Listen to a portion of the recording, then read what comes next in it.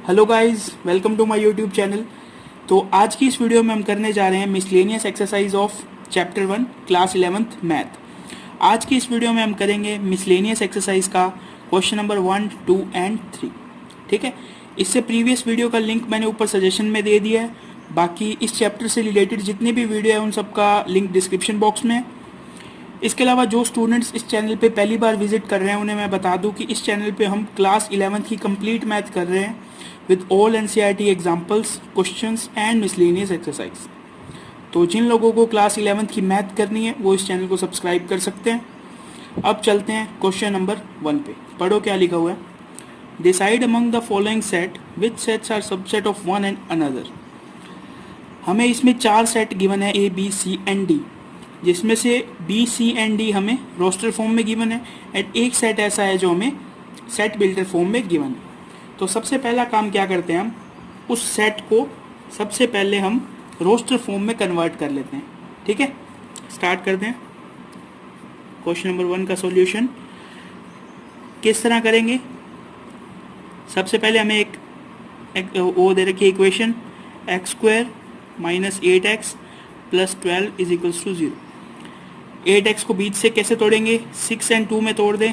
6x minus 2x plus 12 is equals to 0। 6 and 2 में कैसे तोड़ा ये आपको पता चल गया होगा, मल्टीप्लाई करने पर 12 है एंड प्लस माइनस करने पर माइनस 8x।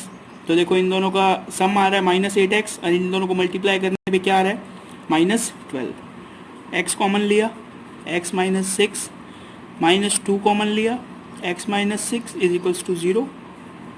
ठीक है, x माइनस 6 पूरा ब्रैकेट कॉमन लिया तो क्या बच गया, x minus 2 is equals to 0। तो x के दो सॉल्यूशन क्या आ गए, 2 एंड 6। ठीक है, तो ए सेट में कौन कौन से एलिमेंट आ जाएंगे, 2 एंड 6। ठीक है, ए सेट हमें किस में दिया हुआ था, सेट बिल्डर फॉर्म में दिया हुआ था, इसको हमने रोस्टर फॉर्म में कन्वर्ट कर लिया। अब हमें ये बताना है कि इसमें से कौन से सेट किस किस सेट के सबसेट हैं। ये रहा ए, ये रहा बी, ये रहा सी एंड ये रहा डी। स्टार्ट करते हैं ए से। ठीक है, तो अब हम सॉल्यूशन लिख रहे हैं इसका। ए से क्या स्टार्ट करेंगे, ए किस किसका सबसेट है, ए देखो बी का सबसेट है, सी का भी सबसेट है, डी का सबसेट नहीं है। तो पहले क्या लिखेंगे, A is a subset of B, A is a subset of C. ठीक है, बी देखो बी किस किस का सबसेट है, बी ए का तो नहीं है, बी देखो सी का है क्योंकि इसमें देखो 3 एलिमेंट है, इसमें भी 3 एलिमेंट है, इसके अलावा अनदर एलिमेंट्स भी है। तो B is a subset of C, B और किसी का सबसेट नहीं है। सी देखो सी सबसे बड़ा सेट है इन चारों में से, तो वो किसी का सबसेट नहीं हो सकता। डी देखो किस किस का सबसेट है, डी ए का भी सबसेट है, बी का भी है, सी का भी है। तो इन तीनों को लिख देंगे क्या, D is a subset of A, D is a subset of B and D is a subset of C. ठीक है, तो ये 8 हमारे पास क्या आ गए, सबसेट रिलेशन आ गए जो ये 4 सेट फॉलो करते हैं। इन्हीं 6 को हमने, यही 6 जो है ये इस क्वेश्चन का आंसर है। इस क्वेश्चन में हमें देखो बेसिकली बताना क्या था, decide amongst the following set which set are subset of one and another. इनमें से ऐसे कितने सेट हैं जो एक दूसरे के सबसेट हैं। तो ये 6 सेट ऐसे हैं जो एक दूसरे के सबसेट हैं। ठीक है, इजी था। अब चलते हैं क्वेश्चन नंबर 2 पे। नंबर 2 में देखो हमें क्या करना है, in each of the following determine whether the statement is true और false. If it is true prove it and if it is false give an example. तो देखो इस टाइप के क्वेश्चन को करते किस तरह, आपको यही मान के चलना है कि ये जो स्टेटमेंट हमें गिवन है ये फॉल्स है।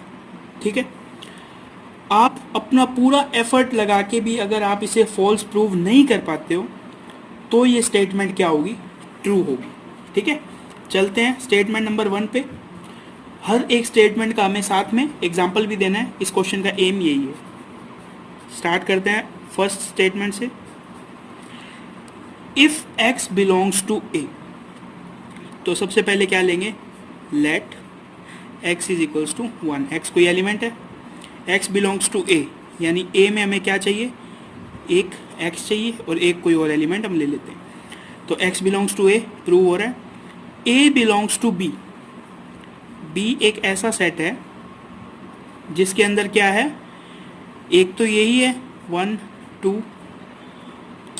एक कोई और एलिमेंट हम ले लेते हैं रैंडम, ताकि जो ए है क्या हो जाए, ए बिलोंग्स टू बी। तो ये देखो, ये दोनों स्टेटमेंट एकदम प्रूव हो रही है, X belongs to A, 1 belongs to A and A belongs to B, 1 2 belongs to B, then X belongs to A.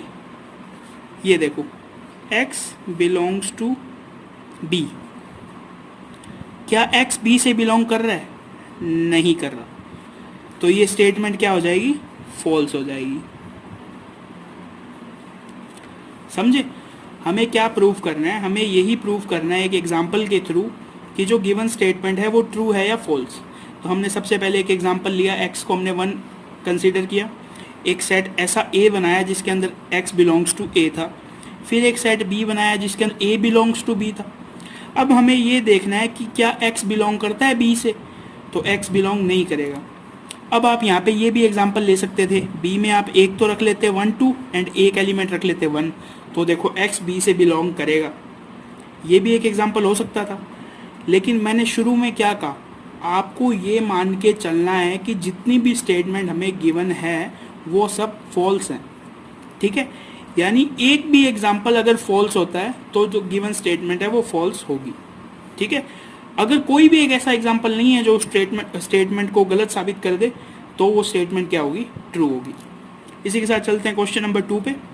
If A is a subset of B, example लूँ मैं एक, ए में मैं एक एलिमेंट लेता हूँ 1।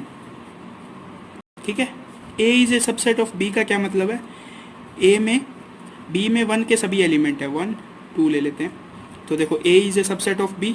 ठीक है, नेक्स्ट क्या दिया हुआ है, बी बिलोंग्स टू सी, एक सी ऐसा एलिमेंट लेते हैं कि एक तो इसमें बी हो, एक कोई अनदर एलिमेंट हो।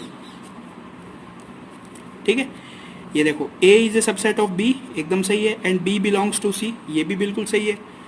अब इसने पूछा क्या है, देन ए बिलोंग्स टू सी, तो आप इसमें देख के बताओ क्या ए सी से बिलोंग कर रहा है, नहीं कर रहा, तो हम क्या लिखेंगे, A is not belongs to सी, यानी ये जो गिवन स्टेटमेंट है ये भी क्या हो जाएगी, फॉल्स हो जाएगी। ठीक है, अब चलते हैं क्वेश्चन नंबर 3 पे। क्वेश्चन नंबर 3 में क्या दिया हुआ है, if A is a subset of B, B is a subset of C, then A is a subset of C. ये तो एकदम ट्रू स्टेटमेंट है, ये आपने एक प्रॉपर्टी भी पढ़ी थी कि कोई भी सेट, अगर कोई एक सेट ए बी का सबसेट है और सेट बी किसी सी का सबसेट है, तो ये जो फर्स्ट एंड थर्ड सेट है ये भी आपस में सबसेट होंगे। आप इसके अंदर कोई भी एग्जांपल लेके देख सकते हो, ये स्टेटमेंट हमेशा ट्रू होगी।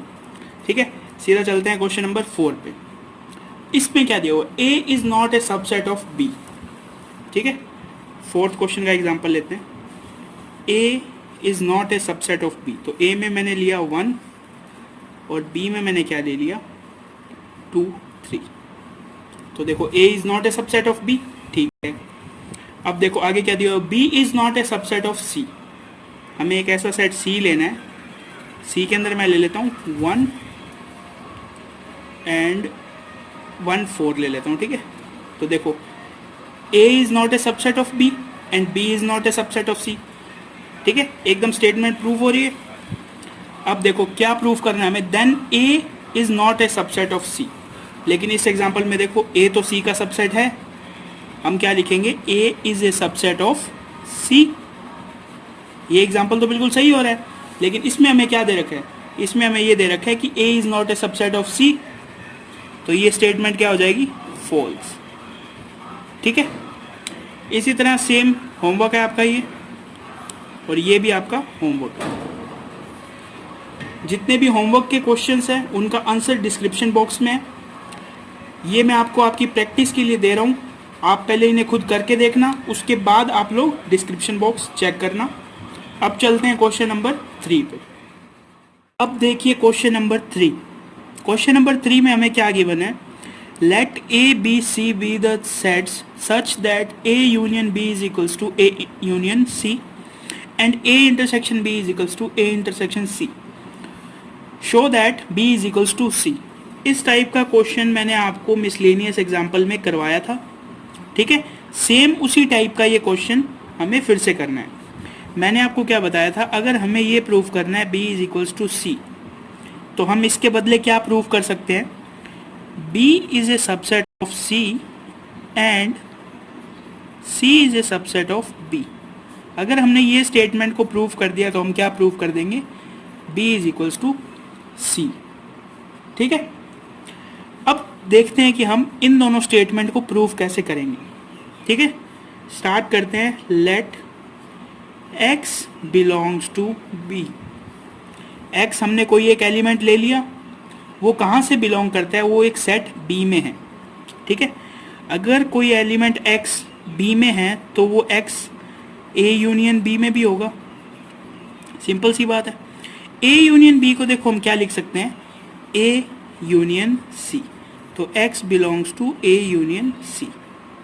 ठीक है, अब देखो x belongs to A union C का क्या मतलब है, या तो x A में है या x किस में है, C में है। x belongs to A union C का क्या मतलब है कि अगर x A में होगा या x C में होगा तभी तो x A यूनियन C में होगा।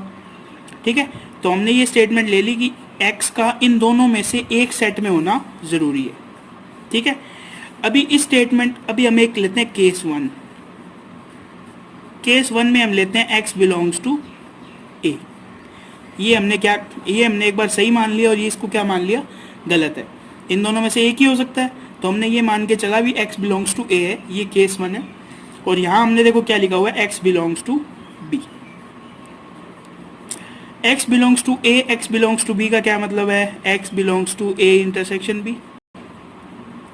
ठीक है, x A इंटरसेक्शन B को मैं लिख सकता हूँ A intersection C।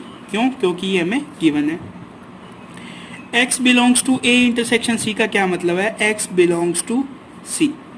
x belongs to A intersection C का क्या मतलब है, x A में भी है और x C में भी है। A और C दोनों में ही है, तभी तो A इंटरसेक्शन C में आया है। A इंटरसेक्शन C का क्या मतलब है, A और C के कॉमन एलिमेंट्स। अगर x A और C का कॉमन एलिमेंट है यानी x A में भी है और C में भी है। देखो A में तो है ही, हमने लिख ही रखा है, मैंने एक स्टेटमेंट क्या लिख दी, x C में भी है। तो देखो मैं स्टार्टिंग में लेके क्या चला था, x बिलोंग्स टू B, और मैं किस रिजल्ट पे पहुंचा, x बिलोंग्स टू C। इसका मतलब समझो क्या है, अगर आपने x की जगह कोई भी एलिमेंट रखा, वो अगर B में हुआ, तो इस मेथड से मैं क्या प्रूव कर सकता हूँ, वो किस में है, वो C में भी है। अगर कोई एक एलिमेंट B में है और वो C में भी है, तो इसका यही मतलब होता है कि B is a subset of C। समझ रहे हो, कोई भी B का एलिमेंट अगर C में मौजूद है, कोई भी नहीं, सभी B के एलिमेंट अगर C में मौजूद है तो B is a subset of C। ठीक है, अब हमें क्या प्रूफ करना है, C is a subset of B। इतना ही प्रोसेस हमें फिर से करना पड़ेगा, तो इसलिए हम इसे क्या लिख सकते हैं, इस तरह लिख सकते हैं, similarly we say that C is a subset of B। कि इतना सारा प्रोसेस करके हम ये भी प्रूफ कर ही सकते हैं भी C बिलोंग्स टू B, जिस तरह हमने ये किया है B बिलोंग्स टू C। तो हमने क्या लिख दिया, similarly we say that C is a subset of B।